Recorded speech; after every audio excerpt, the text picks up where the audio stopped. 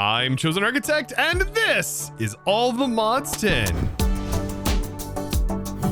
Now, I've been thinking, my storage solution back here, my big AE system, well, it's kind of lacking in the crafting department, believe it or not. It could be a lot faster than it currently is. And there's actually several ways we can upgrade our AE system to make crafting much, much faster. But this is going to involve us diving into the quantum realm. I honestly wish that was the case. I wish it, like, if we made this multi-block from AdvancedAE, I wish it just like allowed us to teleport into a quantum dimension. That'd be so cool. But instead, what we're going to be doing is we're going to be using quantum mechanics. Honestly, we're just going to be speeding up our crafting with AdvancedAE by technically using the quantum dimension. Technically, there's a lot of like weirdness to it, but we're going to need the quantum computer right here, and the deep embedded lore is contained within these pages here. I think the big thing is essentially these like multiplier blocks that we're going to be getting into right here. Data entanglers are special blocks that will basically multiply our effects of our storages and also our accelerators. Now hold up just a minute. There's a lot we actually have to prep up before we can fully get into this mod. And I will say that this is essentially going to replace our crafting CPUs altogether. As far as I understand, we will only need that one CPU after we make that multi-block. Now, one of the first things we're going to need to do to set up that multi-block and to actually get everything working is to upgrade our pattern providers once again. But we can actually upgrade directly from the extended pattern providers into the advanced pattern providers, because we are going to need to move to advanced pattern providers in order for this mod to work with them. So this is exactly what we need. Now, there's going to be a lot of required components. Thankfully, this is rather cheap, right? Just requiring an ingot to do this. But I think we have, let's see, we have, if I do the math here, we have 8 times 4, right? We can go ahead and do that. Get all of those requested up. And we are going to need to switch these. So when I do this, let me go ahead and just show you. I have patterns in here right now. And whenever I shift right click, this will then be updated. And notice it stays exactly the same. And you can use this on a extended version or a normal version, and it will upgrade. And notice it will keep its contents based on that. And that's because AdvancedAE has integration basically with ExtendedAE. So I'm also hoping that we can just continue to use these extended molecular assemblers in this operation. And we'll find that out more after we get our actual multi-block crafted. Now, a few episodes ago, I ended up setting up these crafters, right? And these are perfectly fine for the current state of our crafting. We don't want to use up all of our CPUs and stuff like that to handle these crafts. Well, thankfully, there is actually a block once we get this all up and running that we could replace these with, and we actually won't even need this kind of interaction anymore, giving us the same flexibility of, for example, using these. If we take a peek back here, if we take a look at this right here, like this was to essentially limit and keep a certain amount in stock. We won't even need this anymore because we could do it just within a single block. Now, in my opinion, there's nothing really advanced about AdvancedAE at all. The mod sounds scary when it's got the advanced in front of the name, but I will say most of this stuff is super, super easy to just place in your world, and it just works. The only thing that's truly advanced is the functionality of the advanced pattern providers, just allowing you to send a pattern and tell the individual components where you want their recipes to go to. But with this setup right here, this is going to be one of the easiest but most powerful parts of the mod. We're gonna be setting up that quantum computer. And yes, I know, even that sounds scary, but it's not, I promise. Now, there's honestly a lot to this mod. Some of it we've already technically covered. For example, a throughput monitor. Really cool to be able to just see how many items or energy or fluids are coming and going from our actual applied energetics system. So a really cool piece of tech that you can just include to here, but that's far from the advanced parts of this mod, right? Because it also does include an entirely new armor set. And this armor set is really cool. I do want to craft it, but I don't necessarily want to use it, in my opinion. There's a lot of stuff. Actually, we might actually craft some of the stuff. It is pretty useful in some regards, but I still think this armor is better suited for me using our stuff. Whereas this is really good for potentially building and things like that. As one of the cooler parts of it is there's a portable cell workbench that you can have that's attached into your gear. But there's also an ability that you can use and set a keybind to, for example, look at this reinforced glass, you hit the button and it will pull up like this request system here, where you can then go ahead and start a request based off of the item you're looking at. So that's a really cool thing. Now I am kind of getting ahead of myself here by talking about all of this other fun stuff. The main thing I really want to do today, outside of playing around with the the quantum crafter here, is setting up that quantum computer. So all of this stuff right here is kind of interesting. Now, last episode, I showed a really, really fast way of getting singularities, and we should have plenty of singularities to be able to handle what we're about to craft here. But just to make that super clear, if you're interested in that, I recommend checking out the last episode. So that would be episode 32, where I showed how you can use these void cells with a subnet, and you can actually dump the contents of, for example, an infinite water cell, and you can dump that into a void cell and convert it into either the singularities or the matter balls, both of which are pretty important. And last episode, we ended up crafting up a huge mega cell, like the largest mega cell, to be able to make the things that we were working on, making a infinite lava cell. Now that process was really slow, and there's several crafts that are technically really slow to do right now. For example, if I want to make more things from productive bees and I want to make this productivity omega, this is honestly pretty slow. Like, it is very, very slow, but this is going to be something that is going to finish incredibly quick, by the way, as soon as we set up the quantum. Oh man, the quantum multiblock. Yeah, once we get that computer crafted up. Okay, enough of me rambling on. I get it. Some of the main components that we are going to need, for example, are the shattered singularities. These are going to require that singularity, ender dust, and skystone dust, all of which we have to craft up. But it's also going to require lava, which is one of the main reasons I wanted to produce some of the lava infinitely last episode. So here we go. We have shattered singularities. This is going to go into a reaction chamber, which is the thing from AdvancedAE. Now, some other interesting components is going to be quantum alloy, and this is another thing that's going to use those singularities, but it's also going to use quantum infusion. Now, we're going to have to handle this a little bit differently, but as of right now, we don't necessarily have any quantum infusion fluid, but we can craft it. So you can see right here, this is also in a reaction chamber, same setup, just like that. And then let's see, we also want to make that fluid, right? So this fluid requires quantum infused dust, which we could crush the shattered singularities. So let's see the uses on that. And we can just go to a crusher. There we go. And we can make that super, super easy. This pattern just needs to go in here. So speaking of this, let's actually make this fluid. Now, if I go to make this, it's not going to have anywhere to go. So I should be able to use a bucket to actually pull this fluid out. That way we can create a drawer for it. That way it has somewhere to go and we can lock said drawer. So let's go ahead and try this out. Let's see if I can get this to work. So I'm going to create a pattern for it, and this is going to automatically send the water in, but it's never going to receive the output. So if I craft this, the fluid should build up in here, and apparently it had somewhere to go. I don't know where it went, but oh, nope, it's in the return. Okay, so I think we can use a bucket to pull this out of the return.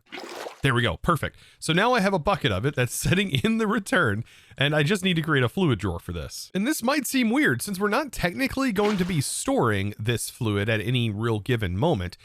This is going to allow me to give it a place to go. So that way our fluid can go in here, our system can read it, and then it can be output into another recipe. So yes, we'll use that fluid to make quantum infusion, which will also use quantum alloys. You can see how this is going to start to get kind of expensive. Now, the plates are primarily used for the upgrades and also the gear, but I still want to make them for right now. And this is completely separate technically from the quantum craft we're going to be working on. So now to let the fun begin. That's right, we have new circuits that we're going to have to craft with these materials. So I will need a quantum alloy block. Man, we are really starting to compress things here. And then we'll use a circuit slicer to convert that, and then we'll combine as well utilizing a assembler. All of this from ExtendedAE, by the way. Now keep in mind, we're also going to need, well, actually, let me go ahead and break these. It's kind of hard to get access to this. We are going to need some of the stuff from ExtendedAE. So if you didn't already get your intro set up, you are going to need intro for this whole configuration. And that means you're going to need at least the production of the concurrent processors. Because as you can see for the quantum crafting units, it does require concurrent processors. And if you missed how I'm actually doing that, because we are using a loop that is recursive, you are going to have to use a requester in order to handle that recursive craft. So I'm essentially keeping 2564 intro in stock and also the dust currently in stock, as that beautiful requester basically allows the system to do recursive crafts. So let's begin with crafting the quantum computer. So by default, this right here is very expensive. So a quantum computer storage is going to require quite a bit of resources. Just to kind of put this in perspective, each one of these 128 mega quantum computer storages, yeah, or Meg, this is going to require quantum storage components. That's pretty straightforward. But these quantum storage components cost a spatial component and 256 storage components. So to technically get this craft going, it is going to take a little bit of time to craft. But ultimately, after we have this up and running, the time to craft anything else in the future should be significantly increased. So this also goes for this right here. These are just going to require concurrent processors. Actually, not too bad on the accelerators. But now that we've seen all of these recipes in action, let's take a look at some other things. The quantum data entangler, which by the way, we can only have one per multi-block, and also the multi-threader, which we can only have one per multi-block. Take a look at these recipes. These also cost the quantum computer in itself, another quantum computer, which also costed a maximum, the 256 meg quantum computer. Like, all of this stuff is going to get very, very expensive as we continue on. And I hope I have enough resources for this. Now I think I got just about everything set in a pattern crafted so I can craft this up, because doing this by hand, I don't even know how you would feasibly have the time to do this by hand. But, now that I have all of these set up, I guess the first thing we can do is make a quantum computer core. And if you can't tell, I am really excited about this because I have only seen this ever so slightly and haven't really got to do it myself. The only thing that I have crafted in other mod packs was the actual gear, which I did in Craftoria. So yes, this is going to take a little bit of time to process up. As you can see, it's happening all in real time right here. So once this is crafted, we might be able to actually use this just right from the start, because apparently this on its own acts as a 12 coprocessor with that much storage. So you could just place this as its own core or as its own CPU. But no, I don't want to do that. No, I want to build that epic multi-block. And only after a few minutes, thankfully, because of our upgraded assemblers, we now have ourselves a quantum computer core. But this is really just the start. I now need to figure out, where am I going to put this thing? And by opening up the guide for this, the max size that this can be is a 7 by 7 by 7. So that means I'm going to need a space that contains this. And I'm honestly thinking right up top here would probably be a really cool place to house this, because this interior space right here is actually 7 blocks. So I just need to clear out an area to make sure that it can all fit within here. Now, to build the exterior here to do a maximum of a 7 by 7 means we need to basically do 7 times 7 times 7, which should get us this value right here, where we do 7 times 7 times 7. And to be able to figure out the structure interior and just to get an exterior, that means we also need to then subtract the interior space, which would be a 5 by 5 by 5. So this should give us the exact amount of blocks needed. And it looks like, yeah, not too many here. Unfortunately, it didn't actually give us the math problem, but it should come out to like 218, in which it does show you right here. Yeah, 218. So yeah, essentially we took the entire volume of that cube and then we subtracted from the interior space of that cube to get the total exterior of that cube. And there we go. So that's a simple way to calculate your blocks, and you could do it right inside of Applied Energistics. So here we go. We get to start building this out. I went ahead and used some of these Luminex blocks here, which are anti-blocks essentially that go all the way up. And I want to start my computer being one space off just like this. And then this will be 7 tall. So 1, 2, 3, 4, 5, 6, 7. These are the quantum computer structures, giving me a single block space right here. And I know this is probably blinding, but this is how it's going to all be framed out to give it kind of an illusion of almost being or floating inside of a space chamber up here. Now that we have the shell, we now need to start thinking about how we're going to fill this interior space. And that's the important part. We have 125 interior blocks here that we can fill. And the majority of them, honestly, are probably going to be quantum computer accelerators to simply make this incredibly fast. So now we need to take that number, keep that in mind, and essentially do some math here. So I'm going to have one of the data entanglers, and I'm also going to have one of the quantum computer threaders. So that is 2. And then we have 3 with the quantum core. And then we're also going to need 1 quantum storage. So that in total will be 1, 2, 3, 4. So every other block space, honestly, should probably be quantum computer accelerators, which is going to lead me with a whopping 121 of these quantum accelerators. That's going to be a hefty craft. Now, at this point, I'm starting to run a little low on redstone, and thankfully I did make some redstone bees last episode, but I'm still needing to accelerate them technically to get them to this working point. So I have been using my time one to get there, but I will say, like I said, these are very expensive. This right here, for example, costs like several of the quantums. This is the multi-threader, right? That only allows you to have one, but this quantum storage, this one is going to use a lot of redstone. Like I don't even have enough redstone yet. I'm still limited by 14,000. So I'm working towards getting there. I almost have everything needed. It's just a lot of me doing this and accelerating these to maximum and just watching the redstone come in. Also, I got to be careful in these because I can actually dump the time fluid into my storage, which I don't want to do.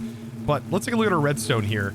Like this is increasing quite significantly by accelerating it like that. Thankfully, I only need one of these technically, and we're almost there. So I think the craft is almost there for this. We've been going for about 9.5 minutes, almost 10 minutes. That last few crafts there all get done. So yeah, that one craft took about 10 minutes or so. So after all of this crafting, honestly, the other part only took like 3 minutes to craft, surprisingly.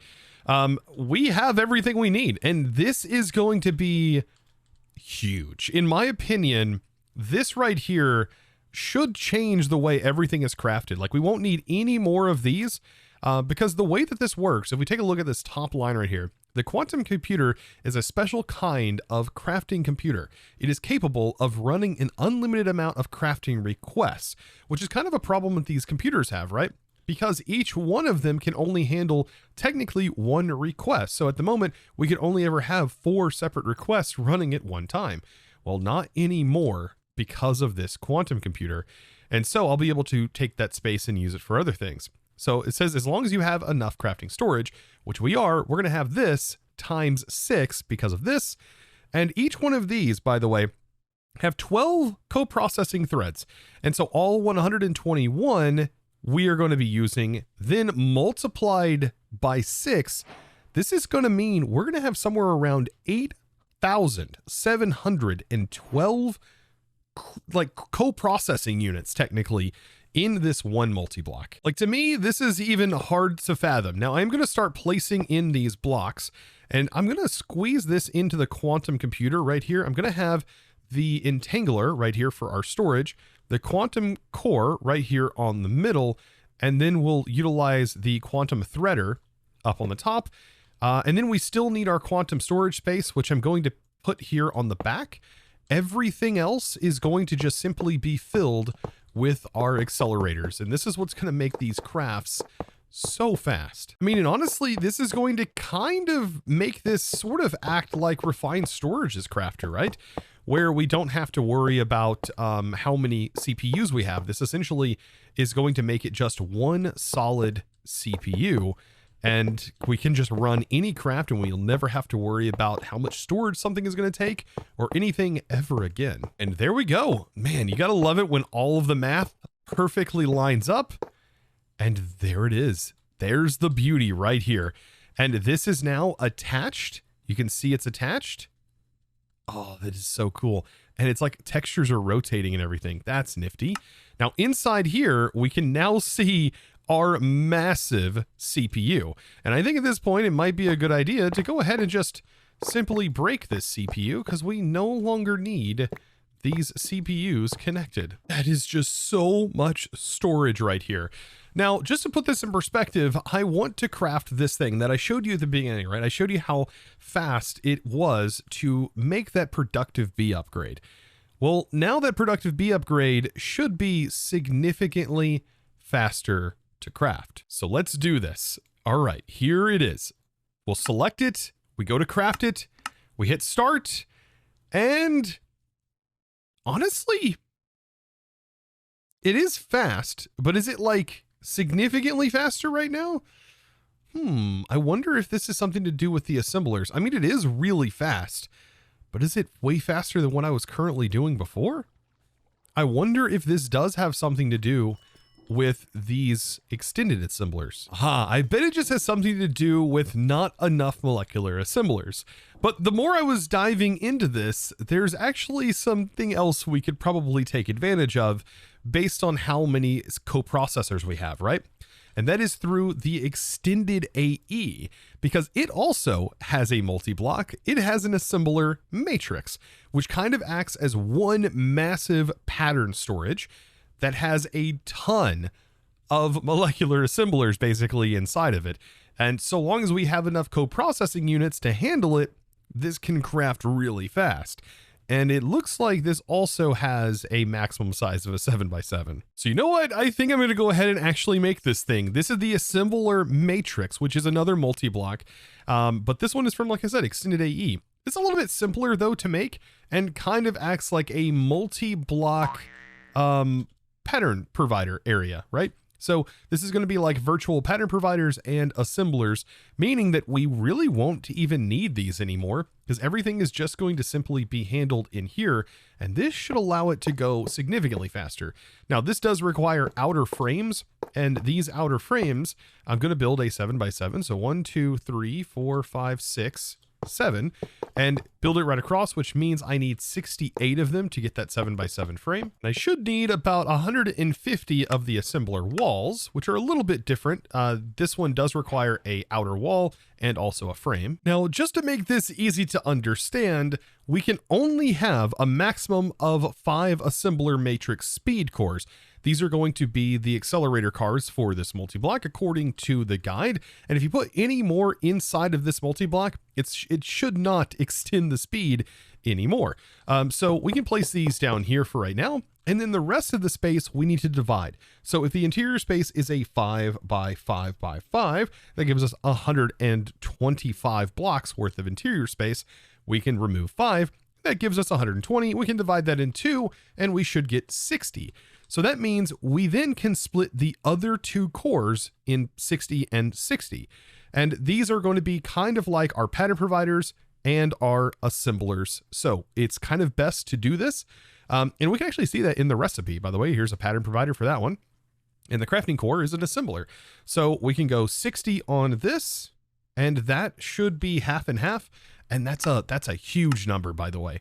So just to kind of put it in perspective, like each one of these, like these assembler pattern cores that we're going to be making that hold pattern, hold 36 patterns each, and we are crafting 60 of them. Yeah, which should equate to over 2,160 individual patterns that we're going to have available to us. So quite large. So now I'm just going to go through the process of just placing all of the cores in. And you know what? Just because I want to get fancy with it, I'm going to place the speed cores in the center like this. And then I'm going to fill the bottom half with crafting cores that you see here, and the top half with the crafting pattern cores. And so just a few more blocks left, and then I can close it in, and the entire multi-block should complete. I think it won't actually complete unless it is receiving power. So on the middle of here, I'm going to place a cable. Oh, and there we go.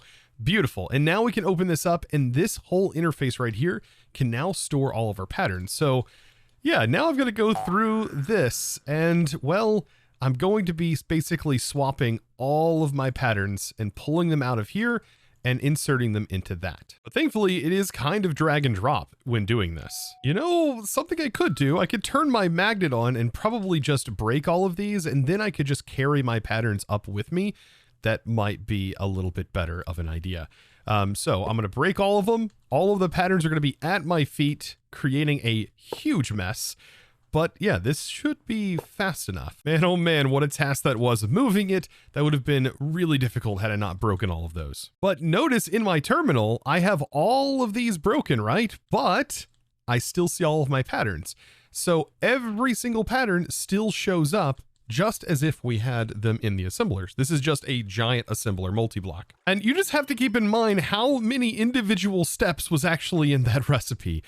A lot. And it just happened as a flash before my eyes. Okay, so good to know that that's the case. And by the way, I've also gotten rid of all of my pattern providers, as you can see right here, our advanced pattern providers that were here. Just replace them with all the Modium, so we still keep that color scheme of it being all the Modium, Vibranium, and Unobtainium. Oh man, I am so excited. Now, honestly, today was a huge upgrade for our Applied Energistics system. Not only did we basically craft a single CPU that can handle everything we're ever going to need in the future, we also made a pattern provider that is a single multi-block that can hold just about any pattern that we're ever going to need also in the future. So, like I said, this is a massive, massive win for this whole setup. Now, there's a lot of things I didn't actually cover that we're going to be playing around with here in the future that is also from AdvancedAE, but as of right now, this right here, this whole CPU setup that we did today is going to be game changing, and I recommend setting it up for yourself as you will not regret it. So, if you enjoy videos like these and you enjoyed watching this whole process and discovery with me, be sure to click that subscribe button if you haven't already. And of course, give this video a huge thumbs up. And of course, with that being said, it's now time to thank the amazing supporter of today's episode. And that huge thanks is going to go out to, if I can spell thanks right, there we go, Kenneth D123. Thank you so much, by the way, for your amazing support and choosing to support me over on the Discord by becoming a Discord premium member and supporting me in one of the best ways possible. Thank you so very much, and thank all of you guys for watching today's episode. It honestly means the world to me that you want to even consume this content in the first place. So thank you so much from the bottom of my heart. And with that being said, I look forward to seeing you in the next one. And again, as always, thanks for watching.